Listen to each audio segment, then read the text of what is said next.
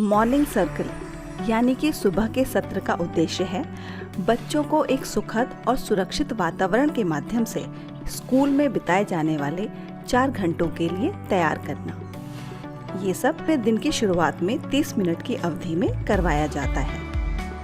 इसमें व्यायाम, प्रार्थना, स्वच्छता जांच, कैलेंडर की गतिविधि जिसमें उस दिन के मौसम, तारीख, दिन के बारे में चर्चा करवाई जाती है।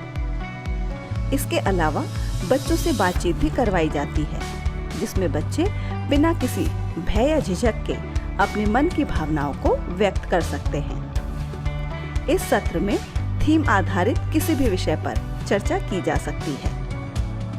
दिन का ये पहला सत्र बच्चों के सामाजिक, भावनात्मक, शारीरिक एवं भाषा विकास के लिए बहुत ही महत्वपूर्ण है। अब हम देखेंगे कि सुबह के सत्र में कौन कौन सी गतिविधियां करवाई जाती हैं। बच्चों के स्वागत की गतिविधि। शिक्षक बच्चों के आने से पहले स्कूल पर उपस्थित रहते हैं ताकि वो बच्चों का स्वागत कर सके। जैसे, स्वागत प्यारे बच्चों, खुशी हुई तुमसे मिलकर। स्वागत प्यारी रीमा, खुशी हुई तुमसे मिलकर। बच्चों का स्वागत इसलिए किया जाता है ताकि बच्चों का शिक्षक के साथ जुड़ाव हो सके और बच्चा स्कूल में आना पसंद करे, क्योंकि वो घरेलू वातावरण से पहली बार अपरिचित माहौल में आता है और बच्चों का अभिवादन करने से भी बच्चे अभिवादन करना सीखते हैं। अतः शिक्षक मुस्कुराते हुए और हर बच्चे का नाम लेते हुए उनका अभिवादन करें, उनका स्वागत करें। सुबह के सत्र के दौरान बच्चों को प्रार्थना भी करवाई जाती है। प्रार्थना करवाने के दौरान ध्यान रखें कि धर्म विषय से संबंधित प्रार्थना नहीं करवाएं। बच्चों की आयु को ध्यान में रखते हुए छोटी छोटी प्रार्थना करवाएं।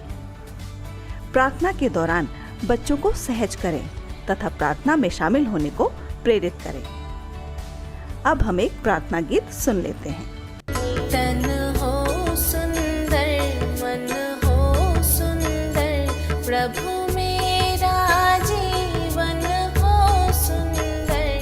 तन हो सुंदर, मन हो सुंदर, प्रभु मेरा जीवन हो सुंदर। जगना सुंदर, सोना सुंदर, घर का कोना कोना सुंदर।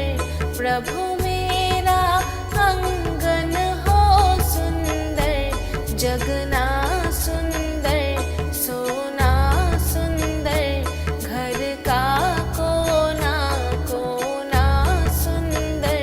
प्रभु मेरा आंगन हो सुंदर। वाणी सुंदर, गाना सुंदर, प्रभु मेरा बचपन हो सुंदर। सुबह के सत्र के दौरान भावगीत के माध्यम से बच्चों के शारीरिक विकास के लिए हम उनसे कुछ व्यायाम भी करवा सकते हैं। जैसे,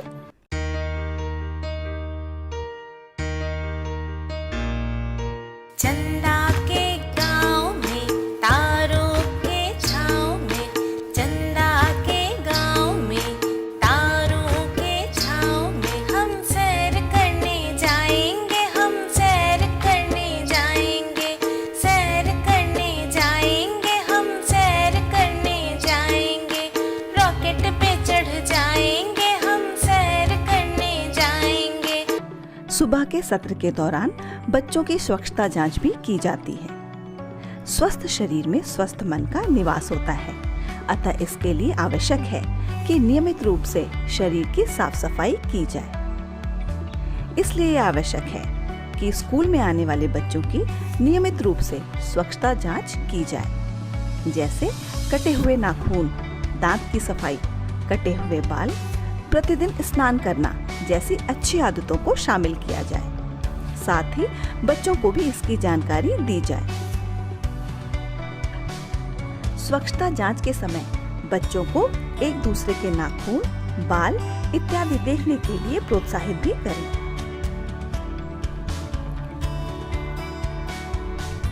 सुबह के सत्र के दौरान बच्चों के साथ मुक्त वार्तालाप की गतिविधि की जाती है। मुक्त वार्तालाप बच्चे के भाषाई विकास के लिए बहुत ही महत्वपूर्ण है। साथ ही सुबह जब बच्चे घर के माहौल से आते हैं तो उनको अपनी बहुत सारी चीजों के बारे में बात करना अच्छा लगता है और अपनी बात करने में वो कक्ष में सुरक्षित महसूस करते हैं। शिक्षक किसी भी विषय को लेकर मुक्त वार्तालाप कर सकते हैं, जैसे वो किस साधन से या फिर कैसे विद्यालय में आए, विद्यालय में आते वक्त उन्होंने क्या क्या देखा, या फिर उनके आसपास कोई मेला या कोई अन्य घटना घटी हो जो बच्चे को बहुत ही पसंद हो, उस विषय पर भी बातचीत कर सकते हैं। सुबह के सत्र के दौरान बच्चों के साथ कैलेंडर की गतिविधि भी की जाती है। ये गतिविधि बच्चों में वर्ष, माह, मौसम, वार, दिनांक की शुरुआती समझ विकसित करने के लिए की जाती है, जिसमें बच्चों से पिछले दिन में क्या क्या हुआ था, आज का दिन कैसा है, आज क्या वार है, आज का दिनांक क्या है, इस विषय पर चर्चा की जाती है। इस गतिविधि के प्रदर्शन के लिए शिक्षक एक बच्चे को अपने पास बुलाएंगे और मौसम से संबंधित कार्ड दिखाकर पूछेंगे कि आज का मौसम या दिन कैसा है। बच्चे द्वारा चयन किए गए कार्ड को कैलेंडर में नियत स्थान पर लगवाएं। इसी तरह अन्य बच्चों की सहायता से आज के वार, दिनांक, माह और वर्ष के कार्ड को नियत स्थान पर लगवाकर आज का कैलेंडर तैयार करेंगे। कैलेंडर की गतिविधि करवाते वक्त हर दिन आज कौन सा वार है, कल कौन सा वार था और आने वाले कल में कौन सा वार होगा, इसके बारे में भी चर्चा करें। इसके उपरांत शिक्षक उपस्थिति जांच की गतिविधि करवाएं। उपस्थिति के दौरान बच्चों द्वारा उनके नाम की पहचान करवाने का भी प्रयास किया जा सकता है। नाम कार्ड बनाने के लिए एक जैसे रंग के छोटे चौकोर कार्ड और स्केच पेन की सहायता से कुछ बच्चों के नाम का कार्ड बनाएं। इसके पश्चात उनके नाम लिखे कार्ड्स को एक जगह पर रखें और बच्चे को अपने नाम का कार्ड पहचान कर उठाने को कहेंगे। शिक्षक पहले ऐसे नाम लेंगे जिनका अक्षर अलग अलग हो, जैसे नीतू, सुमन, विवेकानंद। इस तरह के 3 अलग अलग नाम में अक्षर की संख्या अलग होने के कारण बच्चे पहले ही समझ पाएंगे कि कौन से नाम को बोलने में ज्यादा समय लग रहा है और कौन से नाम को बोलने में कम समय लग रहा है। ये पहचान कर लेने से उनके लिए कौन सा नाम छोटा है और कौन सा नाम बड़ा है, ये समझ विकसित हो जाएगी। अब वो आसानी से अपने नाम के कार्ड पहचान पाएंगे। लेकिन ये गतिविधि प्रतिदिन करवानी होगी और प्रत्येक दिन 5 से 7 बच्चों के साथ ये गतिविधि करवा सकते हैं। सुबह के सत्र के दौरान बच्चों को नियम पढ़ने की गतिविधि भी करवाई जाती है। इस गतिविधि के लिए बच्चे से हम जिस तरह के व्यवहार की उम्मीद करते हैं, उसके आधार पर कुछ नियम तैयार कर लेंगे। इन सभी नियमों को स्पष्ट रूप से सरल और सकारात्मक भाषा में बनाया जाना चाहिए, जैसे अपनी सभी चीजों को एक स्थान पर रखें। हम लोग एक दूसरे के साथ मिलजुल कर खेलते हैं। हम लोग अपनी वस्तुएं एक दूसरे के साथ साझा करते हैं और अपनी बारी का इंतजार करते हैं। नियम पढ़ने की गतिविधि के लिए इस तरह के कुछ नियमों को मोटे अक्षरों में चार्ट पेपर पर एक सीधी रेखा में लिखना है। चार्ट पेपर पर लिखते समय इस बात का ध्यान रखें कि लिखते वक्त एक ही रंग के पेन का प्रयोग करें और एक जैसे आकार के अक्षर में ही लिखें। शिक्षक इस बात का भी ध्यान रखें कि नियमों को लिखना और उन्हें बच्चों की दृष्टि सीमा में रखना भी महत्वपूर्ण है, जिससे बच्चे बेहतर ढंग से समझ सकें कि उन्हें किस तरह का व्यवहार करना चाहिए।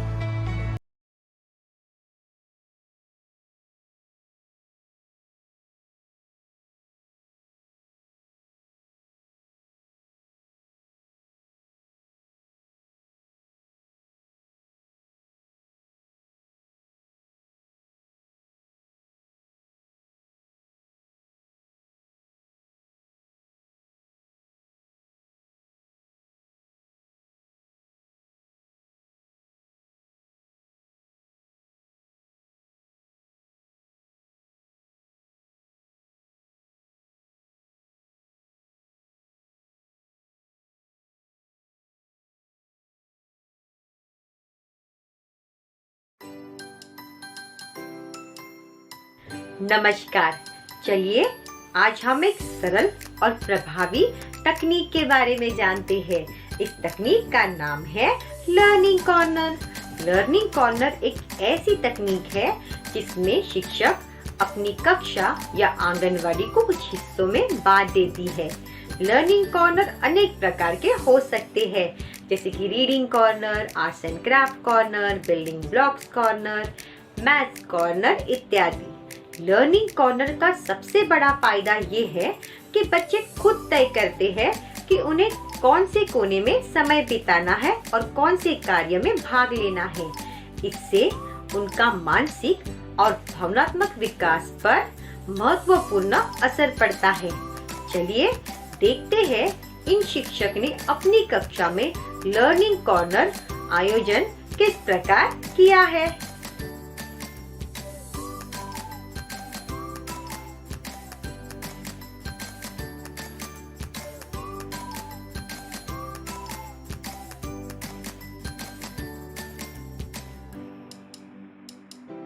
आज मस्तपैकी आपल्याला काय करायचंय, 4 खेळ खेळायचे। त्याच्यासाठी मी काय करणार आहे, 5-5 मुलांचा एक गट करणार आहे। मग बाईंनी जो गट सांगितला त्या खेळावर तुम्ही त्या गटातल्या मुलांनी जायचं। दिसतायत ना तुम्हाला खेळ? हे बघा, या इकडे माझ्या मागे या बाजूला एक खेळ आहे, एक डॉक्टरचा सेट आहे, भातुकली आहे, दिसते का?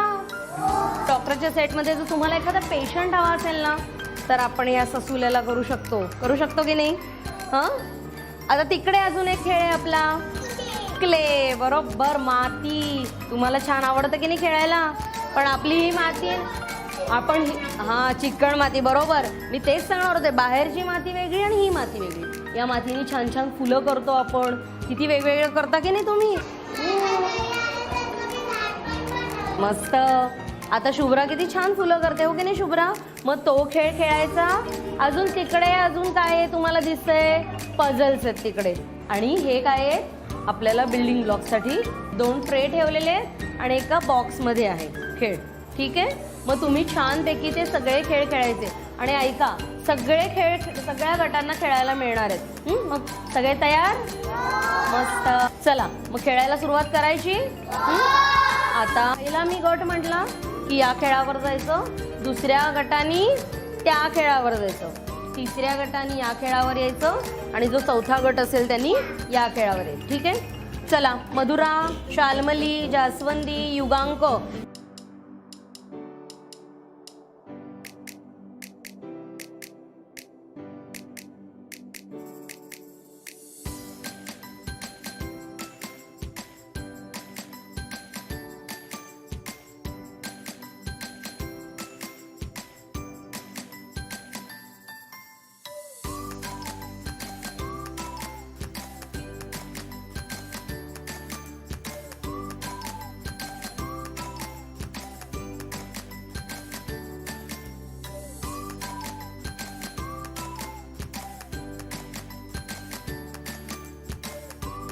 जैसे कि आपने इस उदाहरण में देखा, लर्निंग कॉर्नर में सीखने से बच्चों को बहुत मजा आता है, उन्हें बहुत कुछ सीखने मिलता है। तो आपको ये तकनीक कैसी लगी और इस तकनीक के बारे में और जानने के लिए हमें थम्स अप व्हाट्सएप पर भेजें।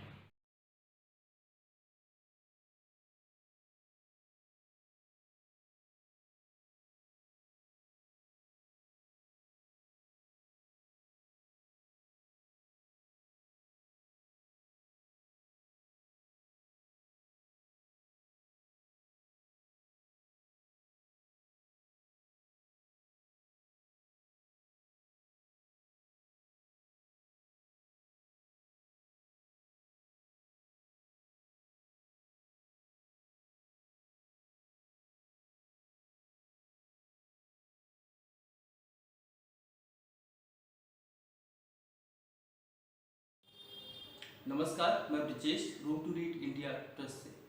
आज हम बातचीत करेंगे कहानी सुनाने की प्रक्रिया के बारे में। छोटे बच्चों को जब हम कहानी सुना रहे हों तो कहानी इस तरीके से सुनानी चाहिए ताकि उनको मजा आए और वो कहानी का आनंद ले सकें। इसके लिए जरूरी है कि हम उन चरणों को कैसे फॉलो करें, स्टेप्स को फॉलो करें, जिससे हम कहानी एक योजनाबद्ध तरीके से सुना पाए। तो इसके लिए है कि पहला है इसका कहानी सुनाने से पहले, दूसरा है कहानी सुनाने के दौरान, तीसरा है कहानी सुनाने के बाद। कहानी सुनाने से पहले तैयारी वाले बिंदु पे हम आते हैं कि शिक्षक की तैयारी किस तरीके से होनी चाहिए ताकि वो बेहतर ढंग से, प्रभावशाली ढंग से कहानी को सुना सके। कहानी सुनाने से पहले आप उस किताब को खुद पढ़ लें। उस किताब में 1-2 जगहों का चुनाव कर लें, चिन्हित कर लें उनको, जहाँ पे आप अनुमान या कल्पना वाले सवाल पूछेंगे। इसके साथ ही साथ कहानी ऐसी चुनें जिसमें चित्र ज़्यादा हों, वाक्य छोटे छोटे हों, ताकि बच्चे उसको कहानी को सुन सकें, समझ सकें और उसका आनंद ले सकें। अब हम बात करते हैं कहानी सुनाने की प्रक्रिया की। पहला चरण जिसमें है कहानी सुनाने से पहले। कहानी सुनाने से पहले हम चुनी हुई किताब को बच्चों के सामने इस तरीके से पकड़ते हैं ताकि बच्चे उस किताब को देख सकें। उसके मुख्य पृष्ठ के ऊपर बातचीत करते हैं कि कहानी का में क्या क्या उनको दिख रहा है। कहानी का नाम हम उनको बताते हैं, जैसे आम का मौसम इस कहानी का नाम है, ये कहानी किसने लिखी है, इसके चित्र किसने बनाए हैं, इसकी कहानी क्या हो सकती है। इस तरह की चर्चा अगर हम बच्चों के साथ करें तो बच्चे उससे जुड़ाव बना पाते हैं। कहानी सुनाने के दौरान हम ध्यान रखेंगे जब हम कहानी सुना रहे हों तो कहानी हाव भाव के साथ सुनाएं, उतार चढ़ाव के साथ सुनाएं अपने आवाज में, और कहानी को खुद भी आनंद लेते हुए सुनाएं ताकि बच्चे कहानी के साथ जुड़ पाएं और वो ठहर सके हमारे साथ थोड़ी देर। और कहानी सुनाने के दौरान हम 1 या 2 जगहों पे जो पहले से हमने चुन रखी हैं, हम अनुमान या कल्पना वाले सवाल भी पूछते हैं ताकि बच्चे अपने विचारों को अभिव्यक्त कर सके और वो अपनी बात रख सके, उनको भागीदारी का मौका मिल सके कहानी सुनाने की प्रक्रिया में। कहानी सुनाने के बाद हम बच्चों के अनुमानों की समीक्षा करते हैं, बच्चों के साथ चर्चा करते हैं कि कहानी में पात्र कौन कौन से थे, कौन सी ऐसी बात थी उनको जो काफी अच्छी लगी, और अगर वो किसी पात्र की जगह होते तो क्या करते। अगर हम कहानी सुनाने की इस प्रक्रिया का इस्तेमाल बच्चों के साथ करते हैं तो बच्चों में मौखिक भाषा विकास होगा, उनका शब्द भंडार विकसित होगा, इसके साथ ही साथ उनकी कल्पनाशीलता और जिज्ञासा भी बढ़ेगी। धन्यवाद।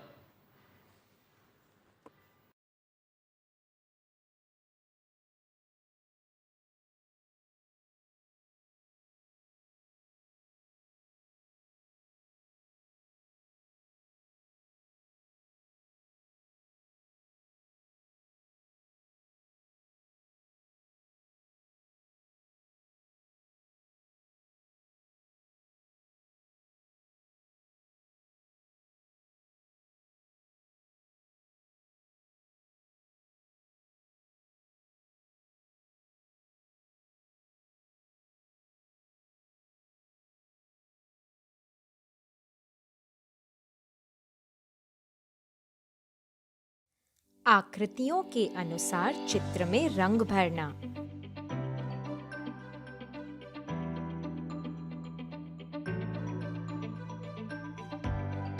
आज हम बच्चों को आकृतियों के अनुसार चित्र में रंग भरना सिखाएंगे।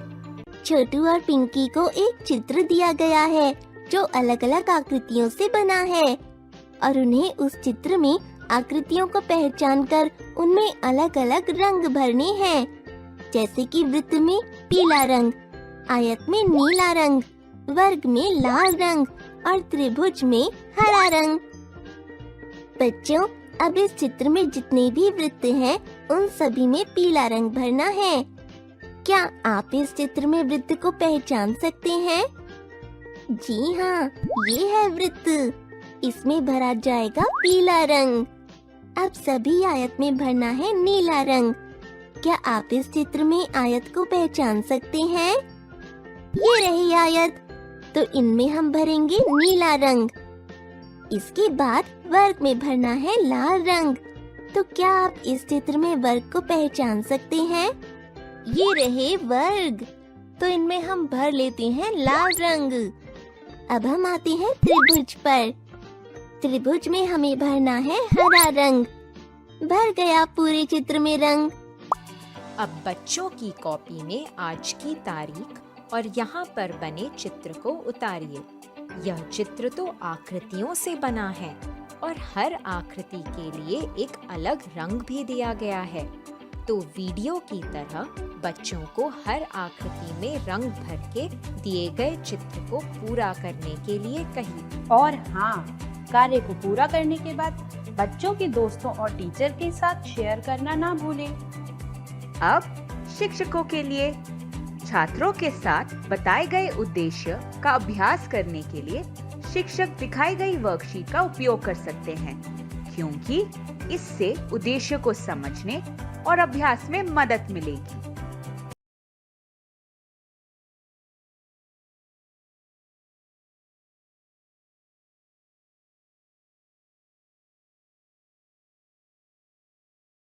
आकृतियों के अनुसार चित्र में रंग भरना।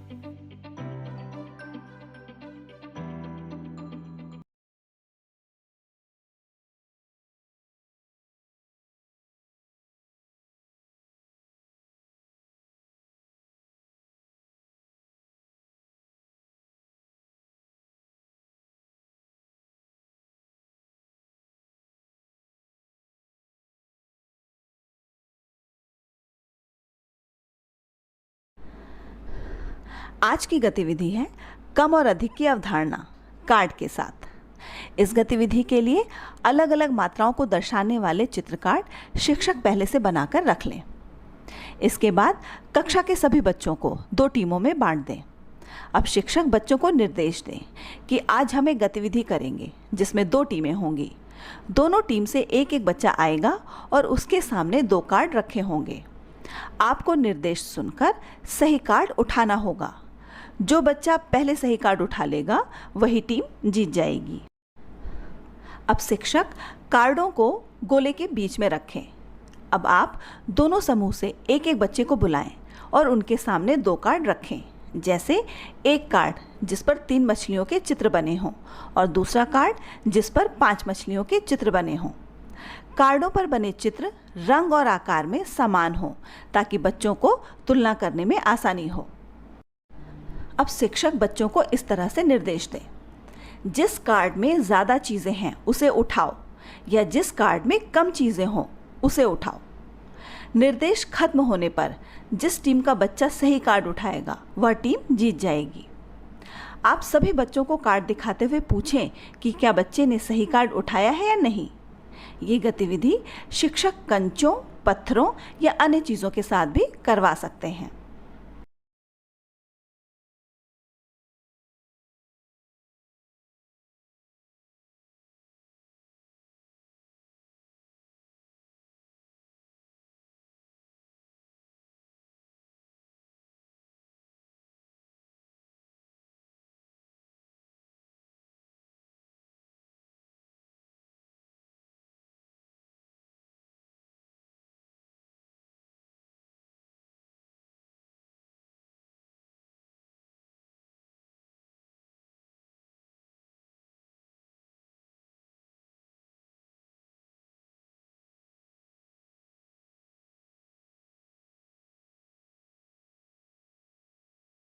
नमस्कार। आज की गतिविधि का नाम है टिपी टिपी टॉप रंगों के नाम बताने का खेल।